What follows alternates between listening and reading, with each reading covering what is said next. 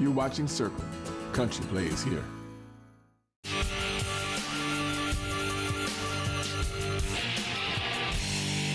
They just don't come much cooler and more unique than Marty Stewart. Born in Philadelphia, Mississippi in 1958, Marty hit the road when he was 12 with the gospel group The Sullivans. It would be the beginning of a run that would see him playing in the bands for Country Music Hall of Famers Johnny Cash and Lester Flatt. Marty's first solo album was 1986. He signed with MCA in 1989. At MCA, he would team up with producer Tony Brown for the album Hillbilly Rock, and that would land Marty in the top 10 for the very first time on the country singles chart. Marty became a member of the Grand Ole Opry family in 1992. He's won Grammy, ACM, IBMA, and Americana Music Awards. A longtime collector of country music's precious jewels and antiquities, Marty's collection, well, he's displayed it across the country and plans to open the Marty Stewart Congress of Country Music in his hometown of Philadelphia, Mississippi in 2022. Thank you for joining me for today's episode of Bill Cody Presents Grand Ole Opry star and Country Music Hall of Famer, Marty Stewart. The place that is probably more home to you than any other place, the bus yard. The bus yard, the bus lot. Look at this. Buses everywhere. Every one of these things have one thing in common. They will let you down somewhere along the way. Just when you're that close to being home. Well, thanks for the invite. Now, these are not anything like the first ones you climbed on. Huh? No. The first Lester Flatt bus, I asked one of the guys, I said, what is the decor? He said, early hog pen. This is much different. Well, you hit it. This is home away from home. This is my office. This is the place. You know, the thing I love about the bus is it was the joy of discovery. When I was first starting to travel, I got to see Washington for the first time, and the Grand Canyon, and the desert, and Los Angeles, and the Arch in St. Louis. Those things were a part of me, you know, before I got there. And thanks to one of those buses and a guitar, I've been able to live my dream. You're invited. Thank you. This one is called what? The Chief. Welcome. We have welcome. catering? Yes, of course. When was the first time you climbed on a tour bus? My natural habitat. Yeah. Well, the first proper tour bus was in 1971. Jim and Jesse and the Virginia Boys, my buddy Carl Jackson played with him. He let me ride along. But buses have been my thing since I was a little kid growing up. In our town, there was a man named Mr. John Mooney in Philadelphia, Mississippi, who drove the charter bus, which was the bus I rode to Nashville. Mr. John Mooney drove it. But when I was a little boy, I'd see that bus. I'd say, Mama, follow that bus. And you're gonna like this. So the first time that I ever had a chance to crawl up on a bus and ride was our church group at North Calvary Baptist Church in Philadelphia. Amen. Was going to the skating rink in Meridian, Mississippi, and Mr. John Mooney had volunteered his services and his buses to take us.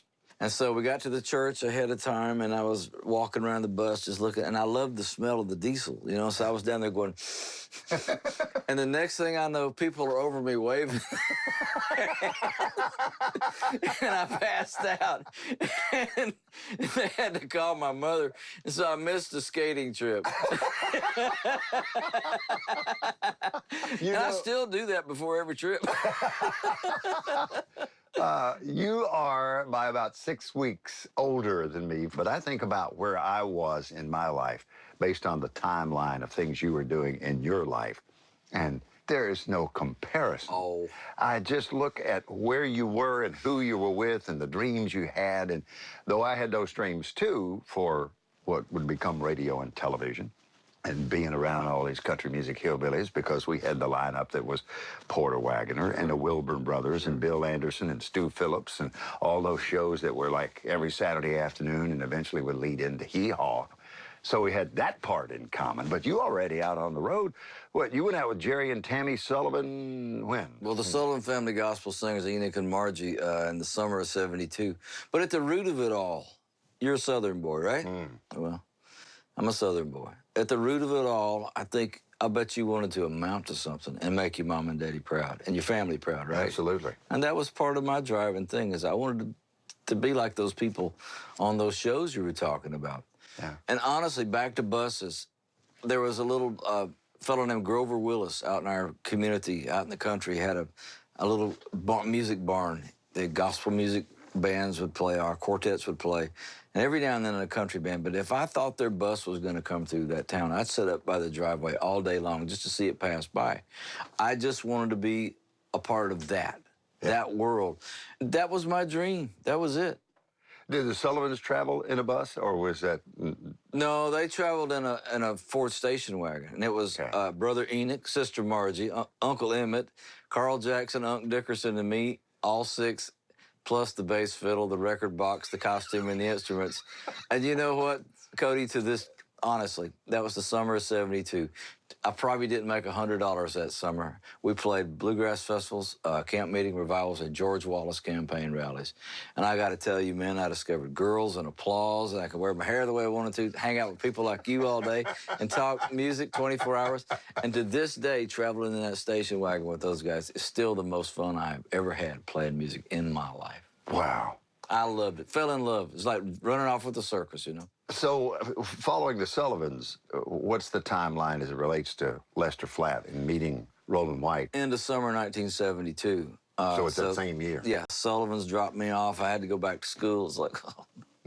And it was the most pitiful excuse you've ever seen to be for a student, because I was sitting there trying to study, and I knew the band was playing, and it killed me. It killed me that I couldn't be out there. And I called Roland White, and I said, and I'd met him. And he said, call me sometimes. Maybe Lester will, let you ride along. And so I called him and said, this would be a real good time for me to come ride along. And where had you met Roland? Roland at Bean Blossom, Indiana. I got to tell you, Bill Monroe's early 70s Bean Blossom Festival, it was like the bluegrass or country version of Woodstock. It was huge. And Roland was there that day. And back to buses, I remember at the front gate, there was Lester's bus and Bill Monroe's bus and Ralph Stanley's bus and Jimmy Jesse's bus, Jimmy Martin's bus, And I stood outside of Lester's bus, and I had some things I wanted him to autograph, and I wanted to shake his hand. And when he got out of the bus, I wanted to tell him how much he meant to me. My heart came up in my throat, and I couldn't get one word out. But, that fall I was on that bus, riding up and down the road with him. And how did the invitation come about? I mean, he actually says, hey, Marty, why don't you come to work? Well, I called Roland, and he asked Lester, and Lester said, sure, let him ride along. So they were going to Glasgow, Delaware for 2 days, Labor Day weekend, '72. And Lester traveled in one of those old scenic cruisers, and they had 2 sets of seats here, a step. I thought it would be so glamorous. A curtain, army cots. And Roland and I were in the back picking. Just playing a song together. Yeah. And Lester came back to go to bed. He stopped and looked at me. He says, why don't you do that on the show with us this weekend? I went, okay. And so we worked it up, and it worked out. And to set up that whole thing, we were leaving Hendersonville, where there are all these Ernest Tubb, Lester Flatt, George Jones, and Tammy Wynette used to park their bus at a Gulf station in Hendersonville. That's where it all started. And man, when I got on his bus, and we headed out to I-40, and I asked him every question that I ever had in my mind to ask him. I told him what kind of strings he used, what color tie he wore on a certain album cover. He was just sitting there smoking a cigarette, looking at me. And when I finally shut up, he said, where are you from? I said, Mississippi. He said, put her there. And we were buddies from that point on, and by the end of that weekend, he had offered me a job. And I just always had this feeling that if they could ever sit down without anybody looking, and holler at each other and scream or whatever, get it out. And then at the end of all that, they'd probably play a hand of poker and be best friends again. Clint Black is back with Season 2 of Talking in Circles. Join Clint as he interviews your favorite artist. Some of the biggest stars stop by to have a one-on-one conversation about creating music. Art is an imitation of life. Life is an imitation of art. Stories of inspiration. I was going to give it all I had. Get to know the artist on a personal level. Clint's got an amazing all-star roster lined up for Season 2. Continue the conversation on Talking in Circles. Season premieres Saturday, March 12th, 10/9 Central, only on Circle. Blue Chew is a unique telemedicine service, offering chewable tablets that help men get stronger, longer-lasting erections. It's simple to get started. Visit the Blue Chew website to sign up. Answer a few questions and receive your chewables within days if approved. Best part? It's all done online. Chew the Blue. Go to chew.com now to get your first month of Blue Chew free.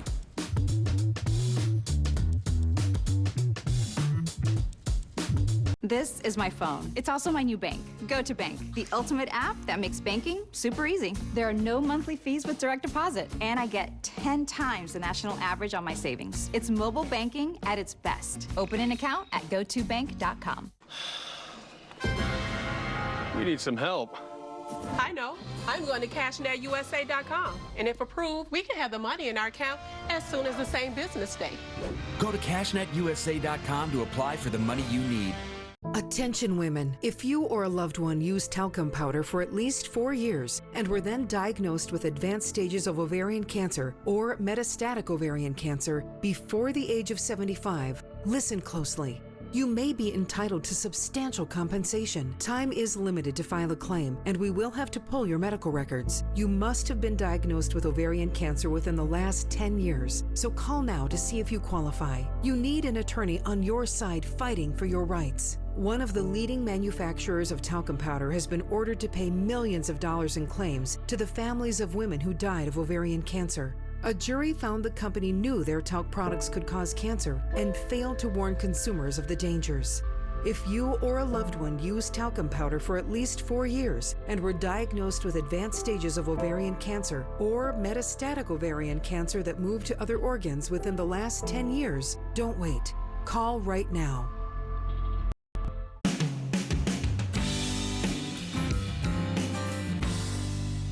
You talked about buses and how they appeal to you. The Green Hornet, you mentioned Ernest Tubb. Oh. Did you own that bus, No. or did you travel? I've seen pictures of you on that bus. Well, the Green Hornet, Ernest Tubb had 2 buses that were really famous. But the first time, our television was black and white when I was growing up. But the first time I ever saw those sparkling costumes, those rhinestone suits, and country music on parade was Ernest Tubb and the Texas Troubadours came to my hometown in that bus, the Green Hornet, and they got out wearing all those suits, and I saw those guitars in color for the first time. And I thought it was the most beautiful thing I'd ever seen in my life. But years later, I think what you're thinking about is when I started my first band, when we had Hillbilly Rock and those kind of songs to get established. Dean Tubb had Ernest's last bus. Okay. And it had been on the road with Charlie Daniels, and they were going to take it off the road. I went, whoa, whoa, whoa, whoa, whoa. And we made that bus our bus, and it had, all cowboy motif. It had saddle leather and, and horseshoe handles. It was the coolest cowboy bus you'd ever seen. And the old wood carvings where somebody had ingrained in it said, the Texas Troubadour, and had E.T. and capital letters. And it still said Texas Troubadours on the marquee. Remember in the old days, the crank? That was the bus that me and my old band got started with. And people would come from all over just to see the bus. The old Troubadour fans would remember. The bus had a following. I remember one time we were going through Texas, and the driver was going way too fast. He pulled us over. And as he was writing the ticket to the driver, he said, "What is that Texas Troubadours?" He says, "Well," he said, "who are you hauling?" He said, "This is a new guy named Marty Stewart." He says, "But this is Ernest Tubb and the Texas Troubadours old bus." And the guy took his hat off, said, "Y'all just slow down a little bit," and tore up the ticket. That's the truth. The bus, everybody loved that bus.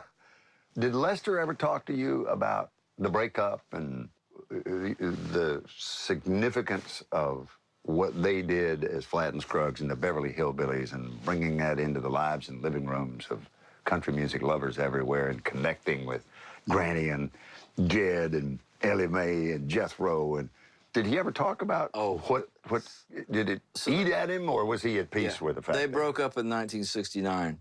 And I joined the band in 1972, and it was a fresh topic, still hot. Really?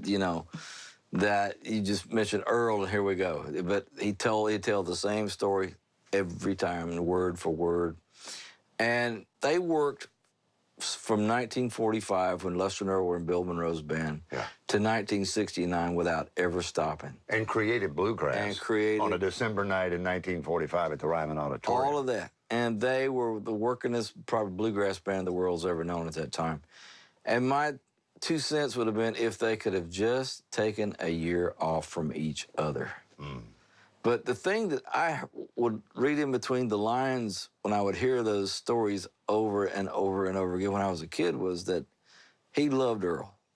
And I had a feeling that Earl probably still loved him. And they'd been together since they were youngins, you know. And they had invented, well, two of the master architects of American music and helped invent each other. And I just always had this feeling that if they could ever sit down without anybody looking and holler at each other and scream or whatever, get it out, then at the end of all that, they'd probably play a hand of poker and be best friends again. And it almost happened.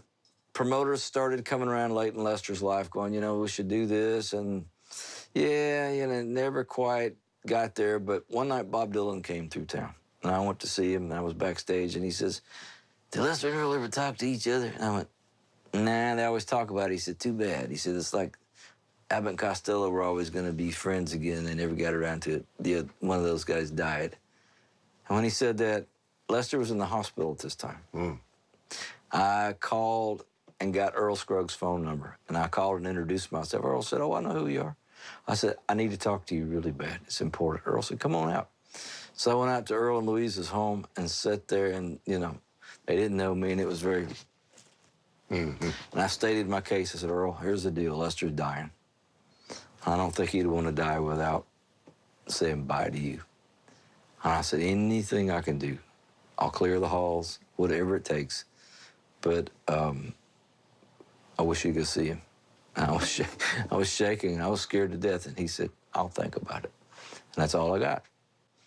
In Lester's band, we had like 2 or 3 shows we had to play to fulfill a contract.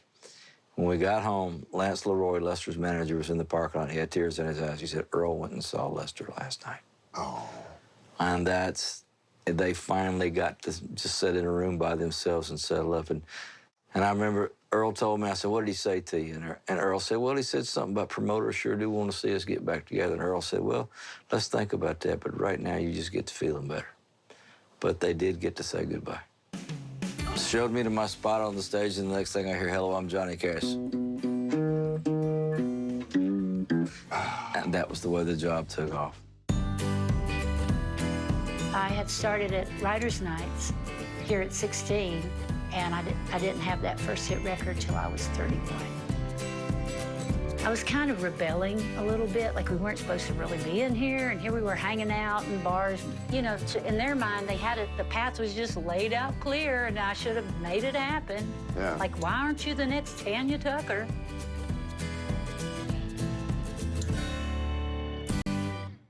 Do you have too much body fat? It tends to accumulate on your stomach, hips, and thighs. Are you struggling to lose weight? Does it seem like no matter what you do, you just can't get rid of excess body fat? Body fat builds over our midsection. Body fat increases from lack of exercise and poor diet. The Obesity Research Institute has found the solution.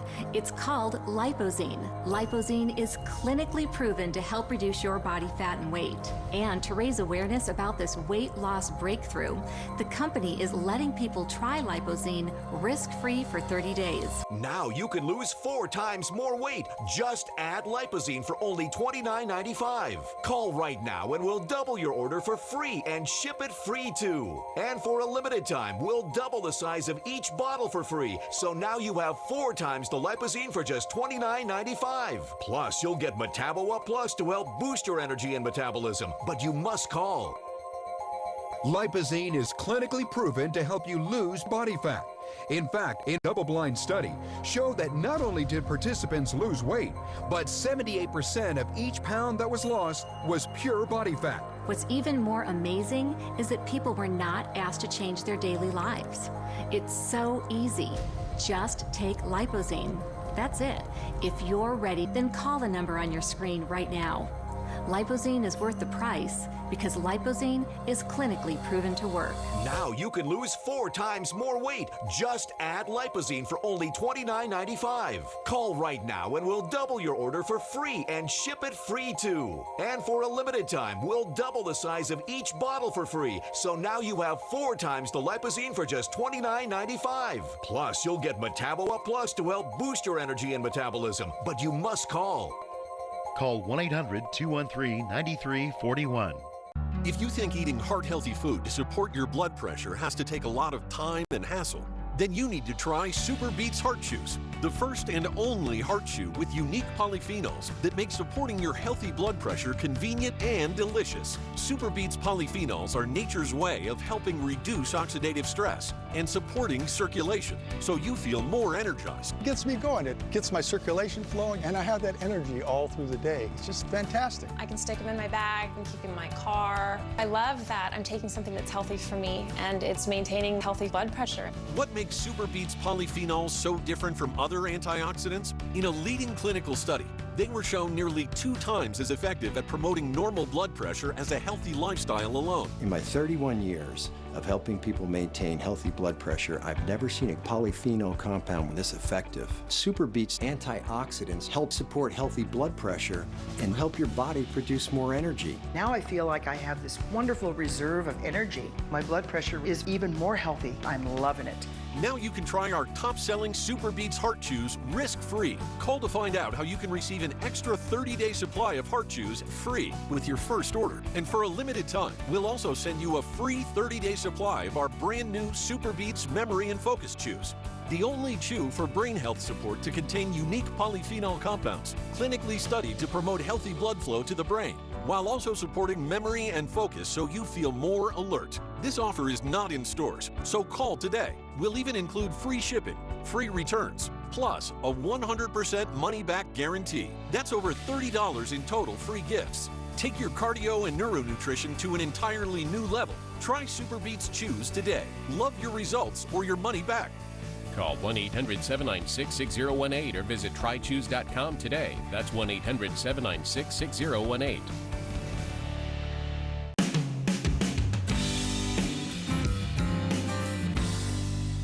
When was your first time to play the Opry?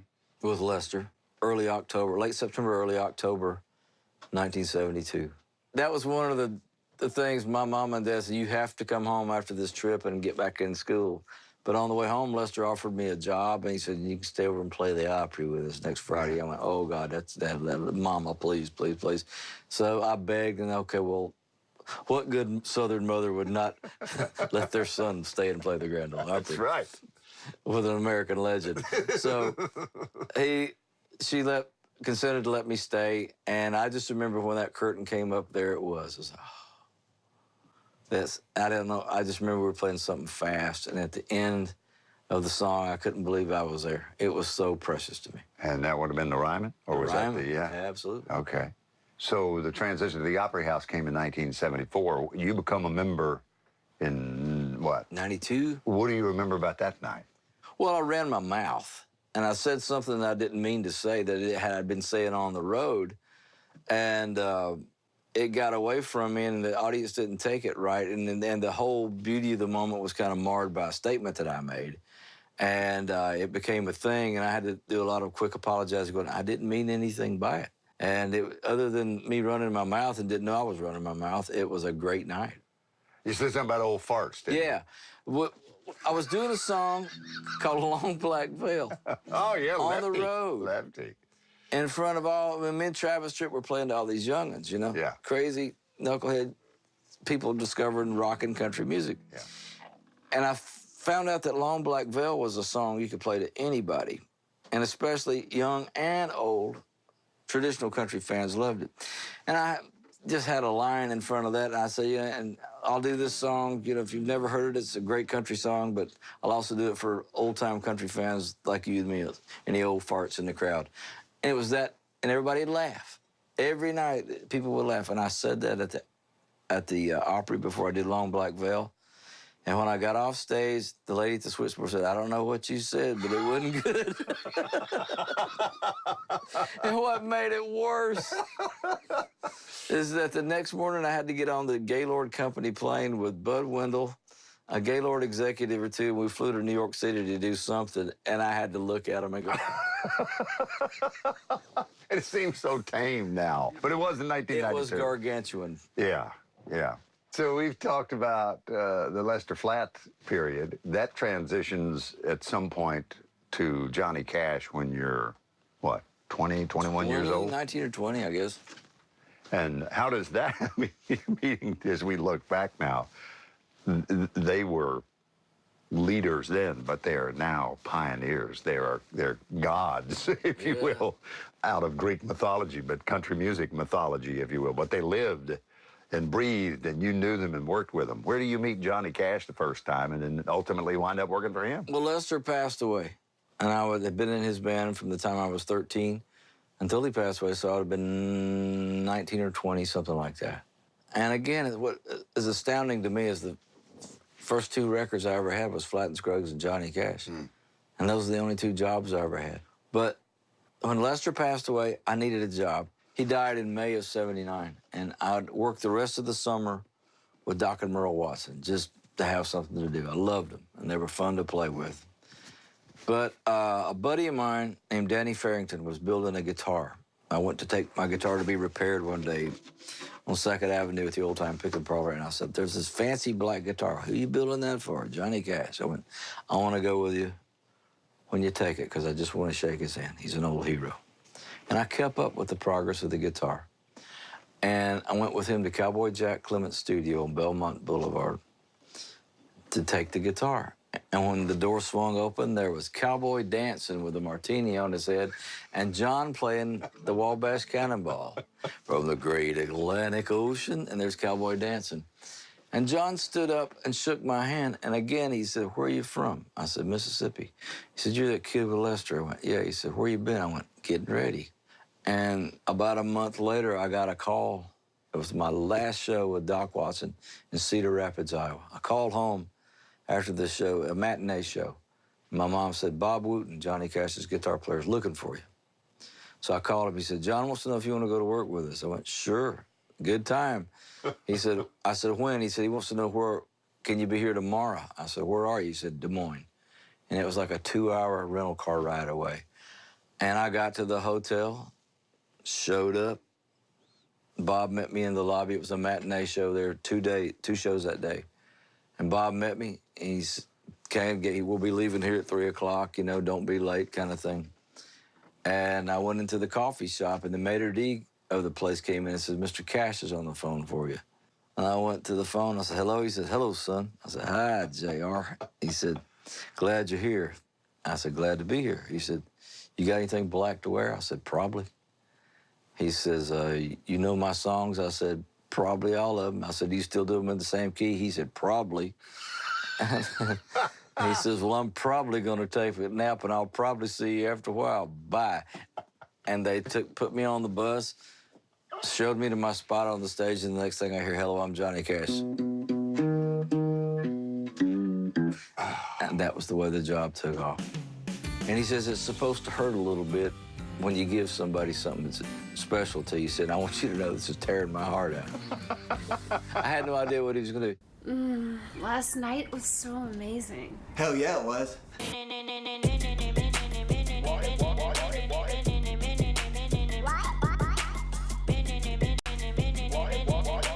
What's up, Bruce? You going for round number 2? You know it.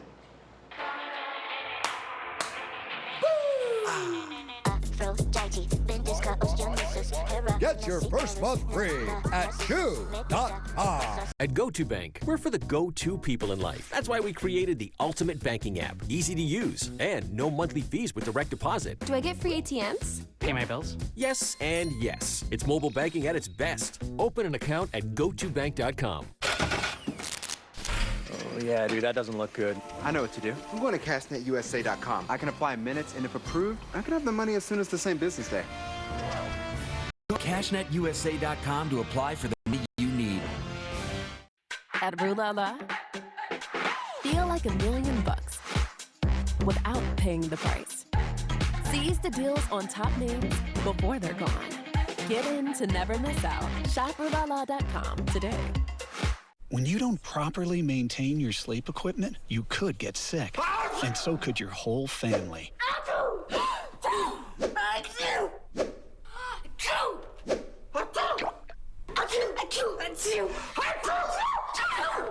Sleep Sleep equipment manufacturers recommend daily cleaning. And as a helpful complement to your daily routine, SoClean 3 can provide peace of mind. Order now and save $100 at SoClean.com. You got weeds in your nose and whiskers on your lobes. You need the Weed Whacker by Manscaped. It's got a powerful 9,000 RPM motor with skin-safe technology to help reduce nicks and tubs. Clean, baby. Get yours at manscaped.com.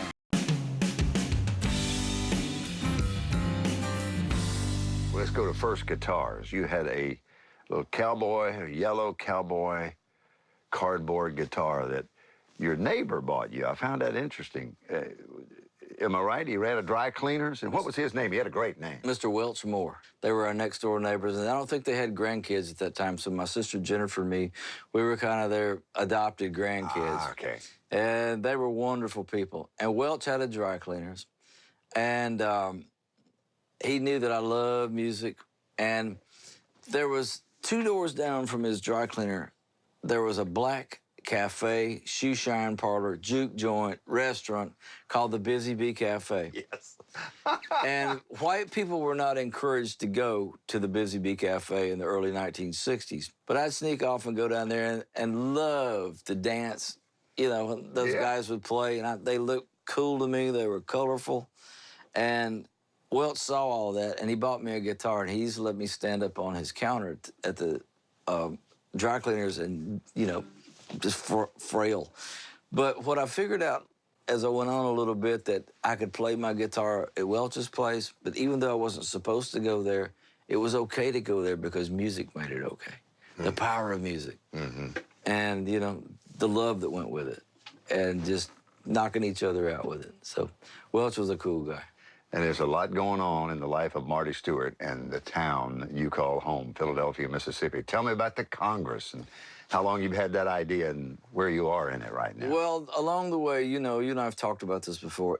Things like Jimmy Rogers' guitar, Hank Williams' boots, Johnny Cash's first black suit, the boots Patsy Cline lost her life in. There's 20,000 artifacts at that level in my collection. That all started with a Patsy Cline travel case? Patsy Cline travel case for $75 at a junk shop in Nashville. That's what was happening to all of our artifacts.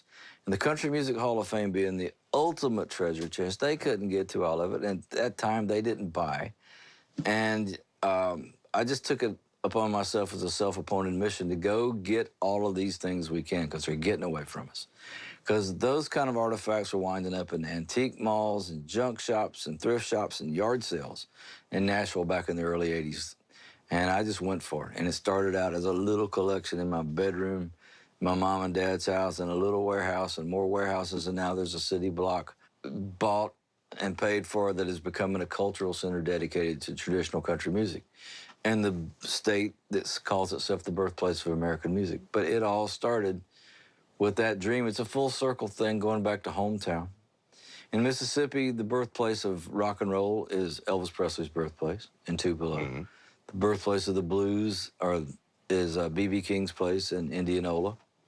The Grammys put in a beautiful facility on the campus of Delta State University. And in the East Central State, where Jimmy Rogers, the father of country music, comes from, we're starting in my hometown, 35 miles away, Marty Stewart's Congress of Country Music, a center dedicated to performance, preservation, furtherance, and education of traditional country music. Who was the first suit that you rescued that was out there just withering away? It was given to me. Hank Williams. Don Helms, his old steel guitar player. Don knew that I had a heart for preserving things and saving things, and then he could say Hoss, but he said, Hoss, come see me. So I went over to his house, and he says, I've been thinking about something that I've had in the cedar chest since 1952 that I want you to have. And he says, it's supposed to hurt a little bit when you give somebody something that's special to you. He said, I want you to know this is tearing my heart out. I had no idea what he was going to do. And he handed me a suit that belonged to Hank Williams, a Nudie, the Rodeo Taylor suit that we've all seen pictures. Yeah. And it had moth holes in it, and it didn't matter. It was so precious. But it was the first real piece that, you know, came across that collection that looked important. Was he the first who did the rhinestones and that look that you talked about earlier that attracted you so as a young man, going, man, I want to look like that? And you referenced seeing Ernest Tubb, that for the very first time that you realized the color and the pageantry that went with these outfits. I was the same way watching Porter. Well, it was Porter and his guys. In the black and white years, I didn't know those boots, that patent leather red boot action he had going. Remember how it would still twinkle at you even in black and white? And they shot his feet walking down the hallway, you know, and the studio door would open. And then when I first saw it in color, I couldn't believe it. Well, it was the Porter Wagner show. It was, I think, probably beyond all. We finally got a color TV after I saw Ernest Tubb and those guys. Now, that's the prettiest thing I've ever seen. I remember when I first came to the Opry, they came marching in, all of them, when Dolly and Porter, Speck, and the Wagon Masters, and I thought, oh my goodness, what a sight. But that was probably who turned my head. But after I got into it, I understood that it was a group called the Maddox Brothers and Rose. Okay. They used to arrive into town. This is in the Depression era. They would come into a town and matching Cadillacs, got out wearing these clothes that Mr. Nathan Turk, who was pre-nudie, made for them, and they were beautiful, and they hit the stage like a cyclone. And they were called the most colorful hillbilly band in America, and they could back it up. And I have a lot of their costumes in that collection in Mississippi, but they were actually the first, and I think they were inspired probably by Roy Rogers and Gene Autry and those kind of silver screen cowboys. Same neighborhoods, same industry. And they just took it and ran with it, and it made its way into country music really fast. I made the paper one too many times for all the wrong reasons, and I thought, I have to deal with this. Celebrate the best of Americana from the Ryman Auditorium in Nashville, Tennessee, with Brandi Carlile, Jason Isbell, Allison Russell, the Mavericks, the Highwomen, and many more. The 20th Annual Americana Honors and Awards.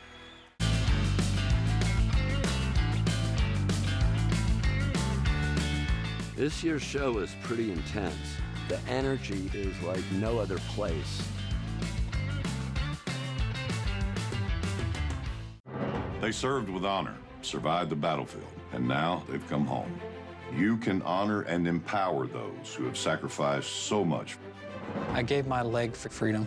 I gave my family my marriage. I missed a lot of Christmases and birthdays. Even though it cost me my leg, I'd do it all over again. It was worth it. I'd do it all over again. I'd do it again. And again. And again. For many of our wounded service members, the greatest casualty is being forgotten. You can show you care. Will you join with other patriotic Americans and support Wounded Warrior Project?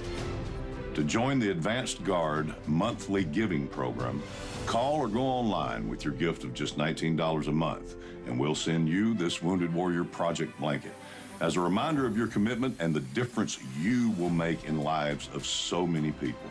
I saw the logo and I thought immediately, this is the organization for me. The Wounded Warrior Project is giving you the tools and empowering you, going from the soldier that's being carried to the soldier that's doing the carrying. I'm a mentor, I'm a facilitator, because I've been helped, so now it's time to give back. It's a chain reaction, and it's all about helping each other. We owe them so much, and I'm just thankful that Wounded Warrior Project is stepping up. And if you haven't found it in your heart yet to give to Wounded Warrior Project, I urge you to do so, because it's a very noble cause. Your support makes a difference. Your support gives life. Hope.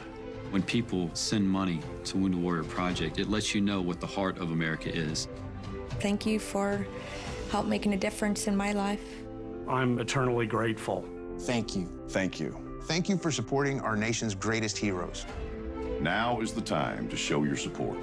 Please call Wounded Warrior Project or go online with your gift right now.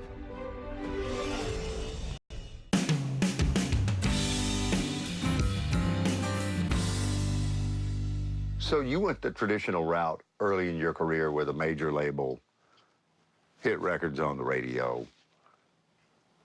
At what point when that, and for every artist, that time's coming, even the ones who have waning success and then have a comeback. You know, Eddie Arnold told me once, he said, you'll be hot, but you'll also be cold. But what you want is to be hot again. That's right. And that's what happened to him when you think about his Tennessee Plowboy career. Sure. And talking about how people just absolutely couldn't get enough of Eddie Arnold. And then the hits stopped coming, and he came back with that lush, cosmopolitan, Nashville-politan sound there that transcended formats. He got played on pop radio, got played on country radio. When and where did you consciously go, all right, this is not where it's at for me, this label deal. I'm going a different direction. And you paved your own way to the Marty Stewart that we have known and loved now for the last 30 years. Well, the thing about it is, I remember Bob Dylan told me one time, he says, when your records are selling and you go to the record company, they all come out in the hall and tell you how great you are. But when they're not selling, people forget to come out into the hall, except for maybe one or two that still think you're kind of okay. But in my case, we had such a great run. It was such a great run, one after another. And then the record started cooling and it didn't work anymore. This is in the late 90s, I guess it was, late 90s, I don't know. And then I started chasing and trying to figure it out. And I just knew the more I chased. And we've had another one that had a little gasp of life on the chart the way I had hoped for. But it didn't make me any happier because I didn't think that's who and what I was anymore. And I happened to step back and think, well, okay, what two bands have you worked with? The only two was Lester Flatt and Johnny Cash. Lester hadn't had a hit since the Beverly Hillbillies.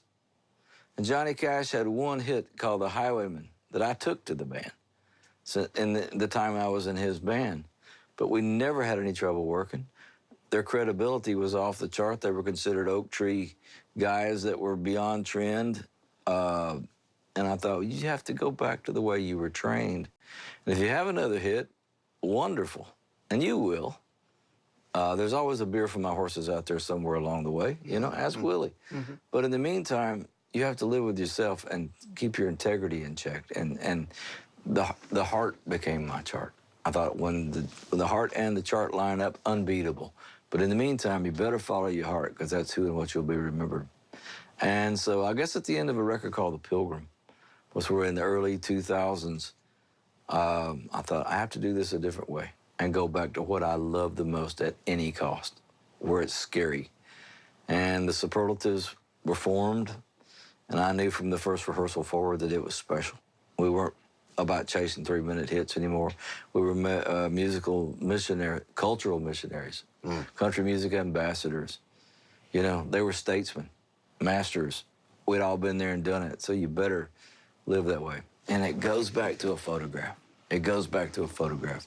When I was a little kid, there was a Life magazine photograph of Louis Armstrong playing his trumpet in his tuxedo with his pocket scarf. That's cool. In front of the pyramids. And I thought, man, he can take that horn anywhere on planet Earth, and he is known for who he is, and he represents that thing called jazz. I thought, I want to do that for country music. And that became the mission. And I thought, let's take our case to the people. Let's forget about charts. Let's forget about demographics. Let's play music for people that country music was designed to play for. And whatever else happens, good. So that's what happened. The Pilgrim, you have said, was critically acclaimed. Yeah. Meaning it didn't sell as many as you had hoped. You need one? But it has made a comeback. 20-year anniversary, there's a book put out around the making of, the inspiration of, bonus tracks. And then here comes COVID again and conked it on the head. But it's one of those records, I think if I had to hold my hand up and go, there's one record I want to be remembered for, it would probably be The Pilgrim. So in those terms, it's inestimable. Inestimable. Yeah.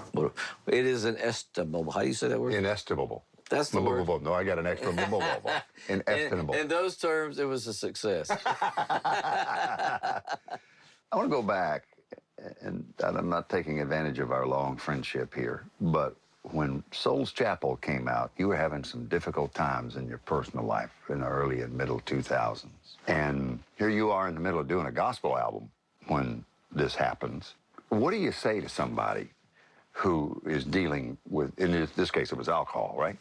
Well, it was all the above. You know, and figure back to the root of it all in the early 70s, you know, and Lester's band.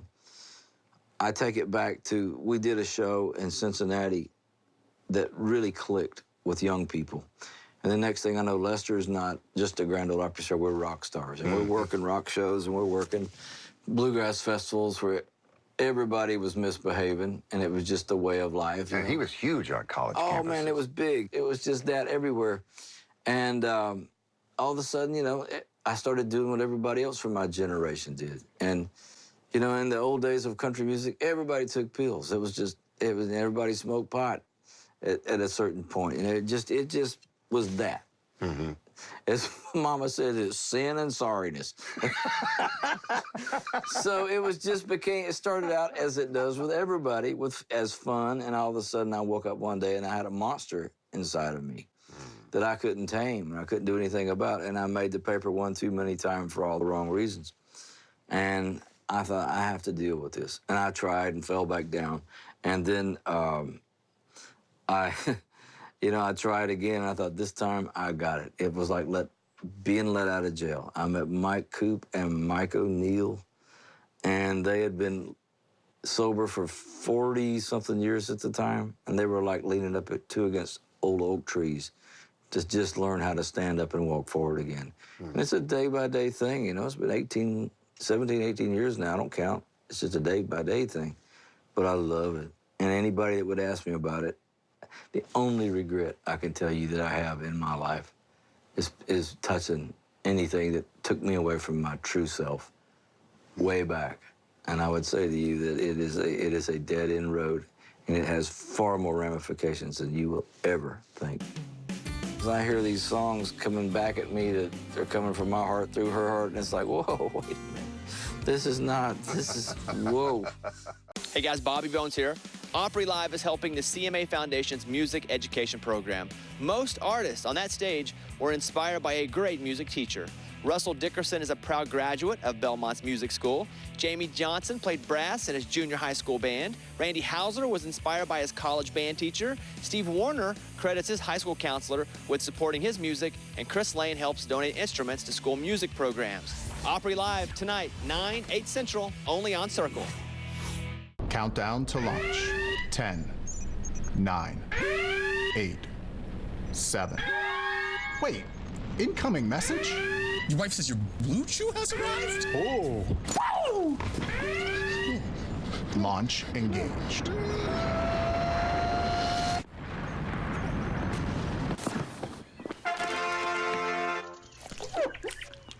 Go to chew.com now to get your first month of Blue Chew free.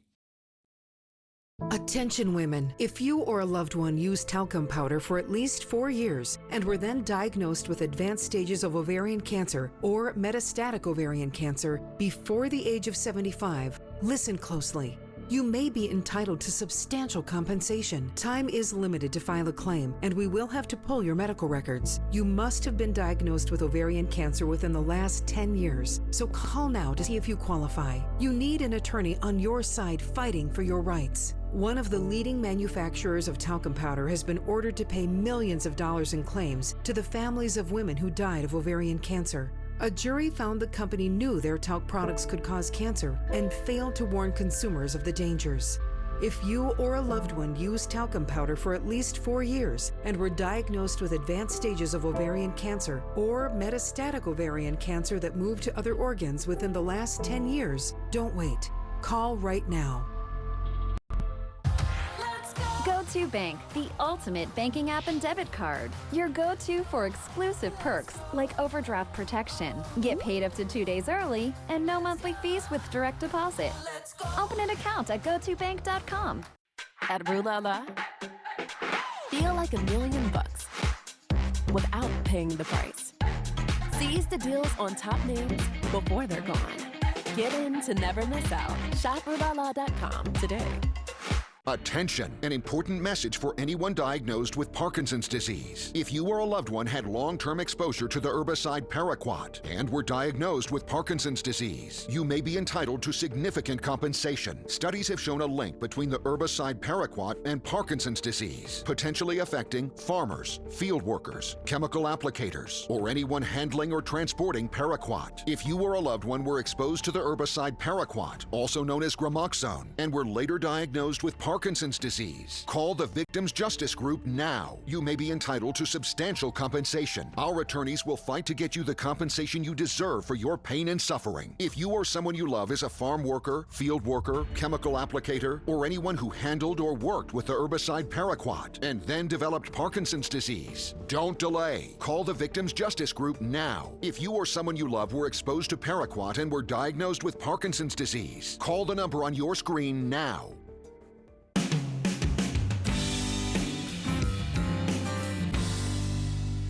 When do you find out? What are the circumstances behind your finding out that you are becoming a member of the Country Music Hall of Fame?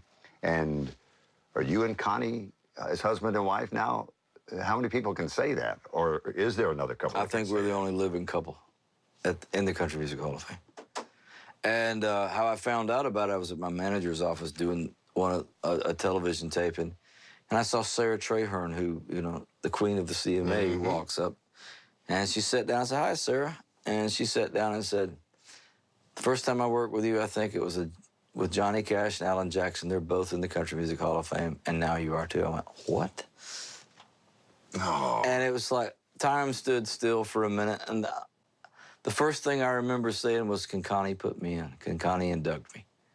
Because I wanted that. That's half the honor of who inducts you. When does that love story start to become a reality between the two of you? Because I have a memory of her telling me a story that you guys had been writing together. And as you were leaving one day, she said, as she gave you a hug, "You're my boy." And you said, "I don't want to be your boy." No, I'm not. I want to be your man. Something like that. Is that pretty close? Pretty close. We had bumped into each other at some country music celebrity event, and we just had a conversation that afternoon. Nobody bothered us. We talked for like an hour. But the thing that came out of that talk, beyond all things, is she told me she hadn't made a record in 21 years, which I didn't understand, just couldn't comprehend. So what year is this, roughly? This would be 93, 94, somewhere in there. All right.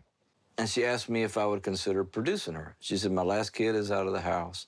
I've been thinking about making a record. I was trying to think of somebody who understands the old world of country music, where I come from and what's going on now." Yeah. And I've thought about you.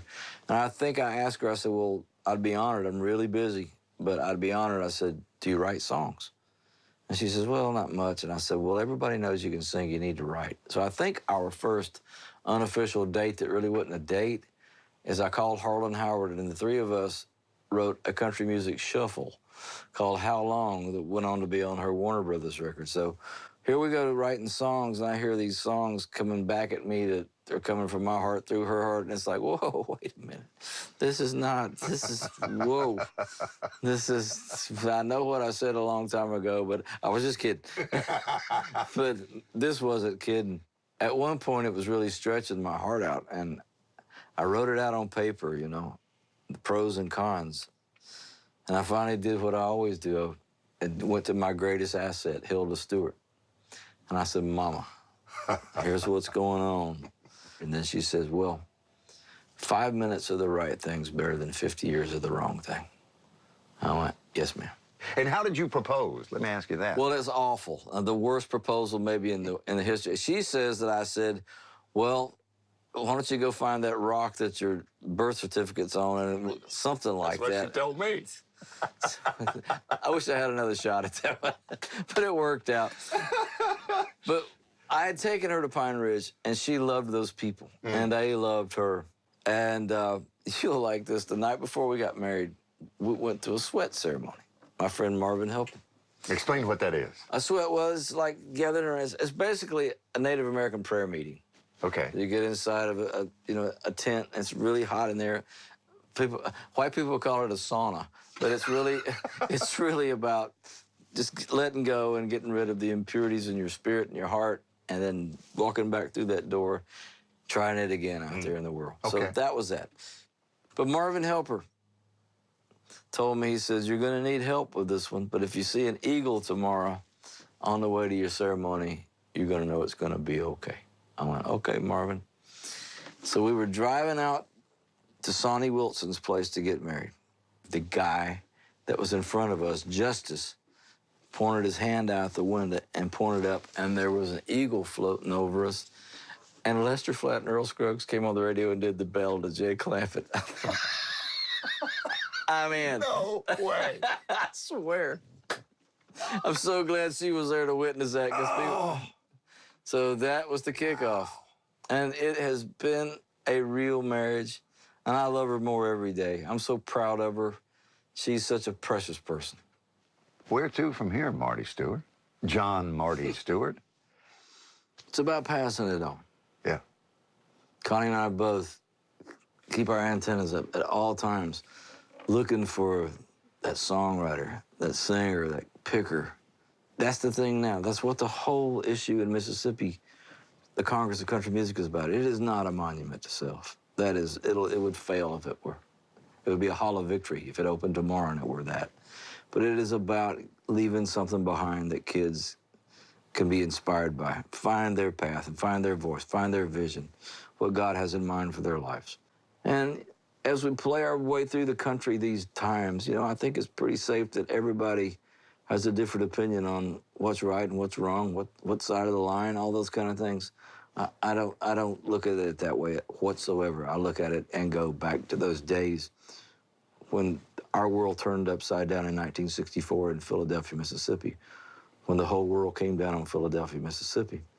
Hilda Stewart taught love, and she taught compassion, and she taught forbearance. But it goes back to that little boy playing that yellow guitar at the dry cleaners one minute and then being able to walk down the street to the Busy Bee. It was music that was the common language that made everybody go, okay, we're in this thing together.